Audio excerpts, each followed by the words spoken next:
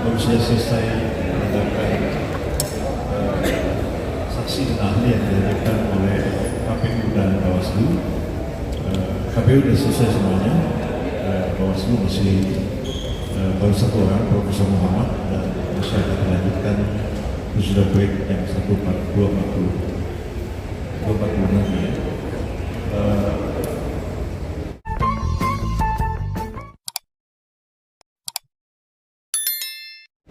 Intinya sih sebenarnya keterangan dari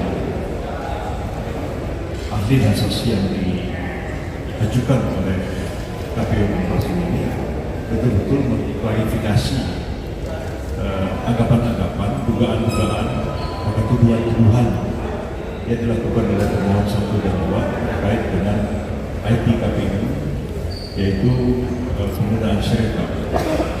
Kemarin itu ada ahli yang dihadirkan oleh pemohon yang mengatakan bahwa Sirekap ini adalah alat penipuan, bahkan realisasi isu kejahatan pemilu dan lain-lain. Dan hari ini diklarifikasi oleh ahli yang dihadirkan oleh KPU sebagai guru besar bidang IT dari NTT, dan juga saksi yang dihadirkan oleh KPU sendiri. Semua itu tidak salah. Apalagi kita semua tahu dalam persidangan ini bahwa Sirekap itu bukan alat yang dipakai untuk menjadi dasar bagi KPU dalam memutuskan perolehan suara akhir dalam Pilpres kali ini. Jadi KPU tetap menggunakan perhitungan manual secara berjenjang. Itulah yang menjadi dasar keputusan KPU dalam menentukan berapa perolehan suara masing-masing paslon dalam Pilpres tahun 2024 ini. Tapi oleh karena ini tuduhan dilontarkan dalam persidangan dan menarik perhatian dari masyarakat luas soal tema Sirekap ini adalah alat untuk melakukan kecurangan, penipuan, kejahatan dan lain-lain, maka hakim harus merespons itu dalam putusan akhir dari persidangan ini nantinya.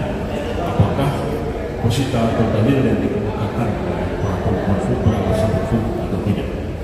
Dugaan saya dari keterangan hari ini Mahkamah akan menolak posita pemohon dan memberikan satu pendapat hukum bahwa apa yang dikemukakan itu kejahatan dan lain-lain itu tidak mempunyai alasan hukum dan akan berimplikasi kepada petitum yang dilakukan untuk melakukan pemungutan suara ulang, diskualifikasi terhadap pasangan calon Pak Prabowo Subianto dan Pak Gibran, saya kira akan ditolak oleh Mahkamah Konstitusi. Itu pendapat saya. Baik, untuk menegaskan apa yang disampaikan oleh Pak Yusri tadi, benar bahwa ada narasi-narasi yang selalu dikembangkan oleh pihak pemohon. Pertama, narasi pertama mereka mengatakan bahwa Sirekap bukanlah alat bantu, tapi adalah alat bantu kecurangan jadi. Oleh karena itu, agar ini tidak menjadi narasi-narasi yang menjadi termakan oleh masyarakat, tadi saya menanyakan kepada para saksi ahli maupun saksi fakta. Dua ahli mengatakan dan satu saksi fakta yang mendevelop Sirekap itu sendiri tegas menyatakan bahwa ternyata baru kita tahu juga lebih tegas, Sirekap itu memang betul-betul hanyalah bantu. Sirekap itu tidak bisa mempengaruhi hasil penghitungan suara dan tidak bisa merubah hasil penghitungan suara hasil akhirnya. Dan seandainya terjadi kesalahan apapun yang terjadi Sirekap, maka yang dipakai sebagai perhitungan akhir untuk menghitung hasil suara pemilu itu adalah perhitungan secara berjenjang yang dilakukan oleh KPU secara manual. Jadi jelas di sini ya, tidak ada kemungkinannya bahwa Sirekap ini sebagai alat bantu kecurangan. Kedua, tegas tadi sudah dikatakan oleh ahli yang dari Bawaslu. Ahli dari Bawaslu mengatakan bahwa kalau ada sengketa administratif pemilu, maka tegas dia menyatakan harus diselesaikan, pintunya hanya satu, yaitu pintu Bawaslu. Jadi tidak ada kemungkinan lain untuk bisa melakukan hal-hal selain kepada Bawaslu. Ini yang saya kira dua hal ini paling penting yang harus diketahui oleh masyarakat, bahwa satu, Sirekap bukan alat bantu kecurangan, tapi alat bantu untuk bisa memberikan informasi kepada masyarakat. Kedua, bahwa sebuah sengketa administratif hanya bisa dilakukan melalui pintu Bawaslu. Terima kasih. Menarik, jangan liatin gue dulu. Hari ini terbuktilah kepiawaian jam terbang tinggi dari tim lawyernya 02 ini. Benar-benar terbukti. Kenapa? Perdebatan hari ini 100% dimenangkan oleh kami. 12-0 untuk lawan. Kenapa? Kan salah satu inti gugatannya menyatakan bahwa hasil keputusan final suara tersebut cacat karena katanya berasal dari Sirekap yang curang. Ternyata yang diumumkan oleh KPU itu bukan dari Sirekap, tapi perhitungan manual dari mulai kecamatan dihitung berjenjang sampai provinsi, kemudian dihitung semuanya, final barulah kemudian dimasukkan ke Sirekap. Jadi bukan Sirekap yang jadi pegangan, tapi perhitungan manual. Jadi ya berjenjang, benar-benar perhitungan manual. Bahkan tadi salah seorang hakim, yaitu yang mulia Pak Arief, mengatakan, ngapain kita capek-capek bicara Sirekap kalau ternyata perhitungan final suara itu adalah berdasarkan manual dan berjenjang. Hakim aja menanyakan begitu. Jadi memang beda kualitas pengacaranya, itu aja bedanya. Hari ini kami de facto menang secara perdebatan 12-0 untuk lawan. Benar-benar hari ini sebagian besar isi gugatan itu sudah terpatahkan. Terpatahkan kedua apa? Kemarin kan 01 dan 03 mengajukan saksi ahli ITE untuk membuktikan Sirekap itu tidak benar. Itu nggak ada gunanya lagi karena Sirekap kan nggak dipakai. Berarti semua saksi ahli ITE mereka itu berguguran. Terpatahkan semua karena Sirekap ternyata nggak dipakai untuk menentukan hasil pemilu. Kalau begitu sudah 20-0. Terima kasih. Sudah ya? Pak Oce. Oh, Oce. Saya hendak mengatakan tanpa Sirekap, rakyat yang memilih 02 telah menang. Terima kasih. Sama Pak ya, saya mulai ya. Jadi kawan-kawan semua ya, itu bedanya orang jam terbangnya tinggi, tapi mendarat di MK-nya jarang. Nah kita ini mendarat di MK-nya sering. Jadi ada dua hal yang ingin saya sampaikan dan nanti akan ditambahkan oleh teman-teman ya. Pertama adalah saya menangkap paradoks dari ahli yang diajukan oleh KPU yang bicara soal Sirekap tadi. Kenapa paradoks? Coba lihat, sepertinya everything is okay, ya kan? Semuanya, wah kalau A, B, C dan lain sebagainya seolah sistem itu sempurna. Tapi yang terjadi adalah banyak sekali kan kesalahan. Sampai 154.541 kali perbaikan. Itu per tanggal 27 Maret, per tanggal 27 Februari. Kalau dilanjutkan lagi, itu yang namanya perbaikan sampai 400.000 kali.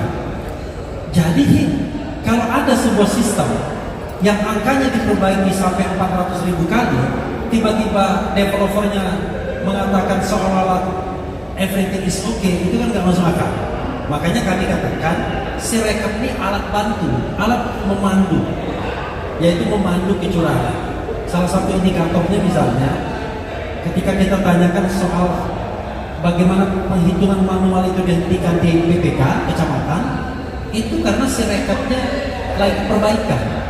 Waktu itu kan ada kecurigaan kan, wah ini untuk memarkup pihak-pihak tertentu, termasuk ada partai tertentu. Jadi kami tetap yakin bahwa Sirekap itu bermasalah, dan kalau tidak bermasalah, tidak tertarik Hakim Mahkamah Konstitusi untuk membahas lebih lanjut dan lebih lama.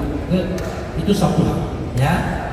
Kedua, ini kurang belajar juga, bicara mengenai Bawaslu sebagai satu-satunya pintu pelanggaran. Kalau dikatakan, wah, pintu pelanggaran Bawaslu.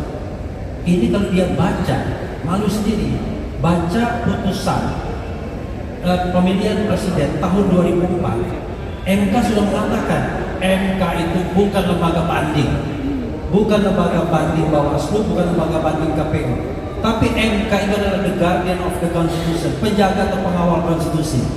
Jadi MK bisa mengecek semua governance pemilu kalau dirasakan memang ada pelanggaran terhadap prinsip-prinsip berpemilu, yaitu langsung, umum, bebas, rahasia, jujur, dan adil. Jadi tidak peduli apakah suatu pelanggaran itu sudah ditangani Bawaslu atau tidak, sepanjang MK masih menganggap ada pelanggaran konstitusi sebagaimana kami dalilkan, maka tidak terhalang mahkamah ini untuk memproses. Itu yang harus kita pahami. Yang ketiga, kita paham, anak kecil pun tahu yang namanya hitung manual itu memang yang menjadi official result of the election, ya kan? Hasil resmi, orang udah tahu semua. Tetapi yang kita persoalkan itu adalah hasil berjenjang ini kami dalilkan dipandu oleh kecurangan Sirekap, dan kita tidak bisa kontrol bagaimana penghitungan berjenjang di 823.236. Tadi 236 dibilang, padahal kita sebelumnya tahunnya 220, ya. Nanti dicek 823.220 apa 823.236 TPS di seluruh Indonesia. Karena banyak sekali penggelembungan suara, pemalsuan hasil dan lain sebagainya. Tidak ada yang bisa mengontrol 823.000 lebih TPS tersebut. Makanya alat bantunya adalah Sirekap. Tapi kalau Sirekap bermasalah, kita tidak punya panduan, kita tidak punya patokan bagaimana yang benarnya itu satu sisi, dan mudah-mudahan nanti sisi lain termasuk juga hal-hal lain yang akan berkembang setelah ini. Terima kasih, Mas Bambang, Mas Win. Saya izin beberapa hal. Bagian pertama, persidangan tadi menggambarkan apa? Satu, teman-teman KPU hanya menampilkan ahli yang berdasarkan IT dan Sirekap. Itu artinya apa? Dalam hukum ya, semua dalil-dalil permohonan kami tak mampu dibantah oleh KPU. Karena dia tidak menggunakan forum tadi untuk mengcounter dalil-dalil yang kami ajukan. Ada 11 dalil. Jadi kami berkeyakinan atau berkesimpulan menurut kami, KPU dengan sengaja tidak menjawab dalil-dalil kami melalui proses pemeriksaan ahli. Karena ahlinya semuanya soal IT saja. Padahal di bagian kami, permohonan kami, IT itu kita taruh paling belakang. Itu bagian yang pertama yang sangat penting sekali. Bagian yang kedua yang juga sangat penting, pihak terkait argumennya itu cuma satu dari sejak persidangan. Argumennya itu apa? Rekapitulasi manual, nggak berubah. Kolega saya Hotman itu nggak ada itu. Jadi dia ngapain datang ke sini begini-begini? Sebenarnya hasilnya nggak apa-apa. Jadi kalau saya lihat banyak yang tidur pula. Jadi saya mau bilang argumennya itu sederhana, simpel, dan tak bermutu. Karena cuma ngomong itu saja. Mari sekarang kita periksa saksi-saksi itu kedua. Yang ketiga, yang dipersoalkan oleh kami dalam Sirekap itu bukan sekedar teknologinya, tapi apakah teknologi yang dibangun dengan duit yang begitu banyak bisa dipertanggungjawabkan sehingga tidak terjadi inefisiensi, ineffectiveness. Itu yang terjadi. Karena ini apakah dia akan melanggar prinsip dan azas. Itu yang penting. Karena dalil pertama kami itu. Sirekap itu menimbulkan kekacauan di jagat labirin publik di Indonesia pasca pencoblosan. Mari kita konfirmasi. Saya berterima kasih dengan ahli-ahli yang datang. Walaupun tadi dua adalah orang yang menjadi bagian dari KPU. Dan yang satu kemudian mengatakan, gini, untuk apa Sirekap? Kalau betul rekap Sirekap tidak diperlukan sesuai dengan keahlian yang pertama, maka kita harus laporkan ini. Karena untuk apa ada program Sirekap dibuat dengan duit yang miliaran rupiah itu, kalau oleh ahli nomor satu itu dianggap untuk apa Sirekap ini kita diskusikan? Dia bilang itu kamu pepes kosong. Dan itu mengerikan. Mari bacaan saya mengenai Sirekap itu dibangun agak berbeda dengan situng karena dia dipakai sebagai instrumen untuk mengontrol rekapitulasi hasil melalui manual. Jadi itu instrumen yang sangat penting sekali. Bahwa prosesnya yang nomor 2, ahli nomor 2 itu malah lebih wise, faksi. Ketika ditanyakan, apakah Anda yakin seluruh sistem yang dibangun itu tidak punya masalah? Dia mengatakan dia tidak yakin. Pertanyaan kedua kan diajukan, apakah sudah dilakukan audit IT? Dia mengatakan sudah dilakukan. Saya minta mana bukti dan mengkonfirmasi bahwa telah dilakukan audit IT. Hasilnya seperti apa? Jadi kalau kemarin ngomongnya forensik, kalau sekarang ngomongnya etik. Misalnya apa perlu audit etik? Pretext, brutal test. Untuk mengetahui, kemarin kan ada 800.000. Tadi teman-teman dengar kan? Dengan hanya 800 sampai 8.000 saja, itu masalah sistemnya. Apalagi dengan 800.000, semuanya jadi satu. Itu pasti bermasalah. Nah, itu pertanyaannya. Sistem itu harusnya handal, tapi dengan segala hormat. Yang paling menarik lagi, sekarang sudah ketahuan, metadata yang selalu lama ini dipersoalkan, itu ternyata disimpan di signature. Oke, tadi pertanyaan lebih lanjutnya, di image signature itu ternyata itu masih bisa diubah. Kalau di image signature itu bisa diubah, berarti hasil bisa diubah. Jadi pertanyaan dasarnya, originalitas C hasil, itu menjadi pertanyaan. Yang kita uji ini ketika direkap itu, sebenarnya C yang validitasnya bisa dipertanggungjawabkan atau tidak? Tadi misalnya pertanyaan yang ini, oke, selama ini orang menyebut angka. Bagaimana kalau di C hasil itu tanda tangannya beda? Atau tanda tangannya seragam semua, tarikannya sama semua? Ini C hasil yang bisa dipertanggungjawabkan. Ini bukan soal angka loh. Angka itu nggak akan ada gunanya kalau tidak divalidasi oleh tanda tangan.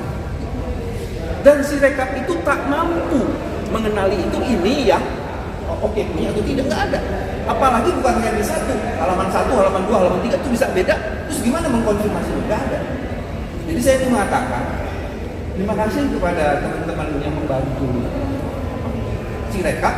Ada progres, memang harus diperbaiki dan ada potensi yang banyak sekali yang sebenarnya itu kalau dalam istilah ini kita menemukan yang rea di situ, yang potensial penyebab untuk kita dorong karena potensi fraudnya di situ. Nah, ini nanti kita serahkan ke ahli. Nah, yang lebih penting dari itu adalah teman-teman sidang tadi mencoba menegakkan marwah dan kehormatan. Karena ada orang yang tak pantas menjadi lawyer dan merusak kehormatan lawyer lain di tim itu. Kasihan. Kolega saya melakukan itu, lalu bentuk di tim yang lain. Mudah-mudahan keangkuhan dan kesombongannya itu bisa diperbaiki kemudian hari. Saya mau berhenti sampai di sini. Terima kasih. Tambah dikit ya. Sebelum ditutup ya, tadi kami perlu menggarisbawahi apa yang disampaikan oleh ahli yang diajukan oleh Bawaslu, Profesor Muhammad. Jadi dari beberapa keterangan yang disampaikan, ada satu hal yang menjadi highlight kita, highlight kami tentunya pemohon, bahwa masih ada ruang. Jadi ketika tadi ada pertanyaan kepada ahli, apabila ini sudah dilaporkan pelanggaran kemudian sudah tidak ada lagi pintu, ternyata ahli menyatakan bahwa pintu lain masih terbuka sepanjang keadilan itu masih belum diperoleh. Jadi keterangan ini mengkonfirmasi bahwa mengenai kewenangan Mahkamah Mengadili itu terkonfirmasi ada. Apalagi kalau kemudian kita menyaksikan, menyimak keaktifan hakim hari ini. Ya, majelis hakim hari ini yang sidang-sidang sebelumnya, yang paling kanan siapa? Pak Mansur. Pak Mansur sama Pak Asrul Sani. Beliau keduanya dalam sidang sebelumnya tidak pernah bertanya. Hari ini bertanya. Dr. Ridwan Mansur menanyakan bagaimana kinerja Bawaslu yang ada laporan-laporan tapi tidak ada penegakan hukumnya. Meskipun dijawab oleh ahli tidak sesuai. Kemudian Dr. Arsul Sani menanyakan bagaimana proses sirekap itu yang ternyata metadatanya tidak ada. Apalagi di daerah 3. Apalagi di daerah yang tidak ada internet, tidak ada signal. Harus dibawa dulu ke kabupaten kota. Nah, Yang terakhir, kami menyampaikan bahwa keputusan KPU mengenai penetapan perolehan suara itu belum final, masih bisa dibatalkan oleh Mahkamah Konstitusi, baik atas dasar alasan pelanggaran Sirekap ataupun pelanggaran persyaratan calon. Jadi jangan euforia dulu pasangan calon yang saat ini lulus suaranya, potensi dibatalkannya itu cukup tinggi dan itu ada. Gitu. Jadi tunda dulu pembahasan tentang bagaimana koalisi kursi-kursi berikutnya, karena belum tentu loh keputusan KPU mengenai penetapan hasil ini akan berlanjut dengan penetapan pasangan calon terpilih. Kalau PSU bagaimana? Bisa berubah komposisi. Jadi itu ya hari ini yang bisa kita sampaikan. Nanti kita istirahat dulu, setelah itu kita dengar bagaimana keterangan saksi 7 orang yang dari Bawaslu. Setelah itu nanti kita bisa jumpa lagi. Oke, terima kasih. Assalamualaikum warahmatullahi wabarakatuh.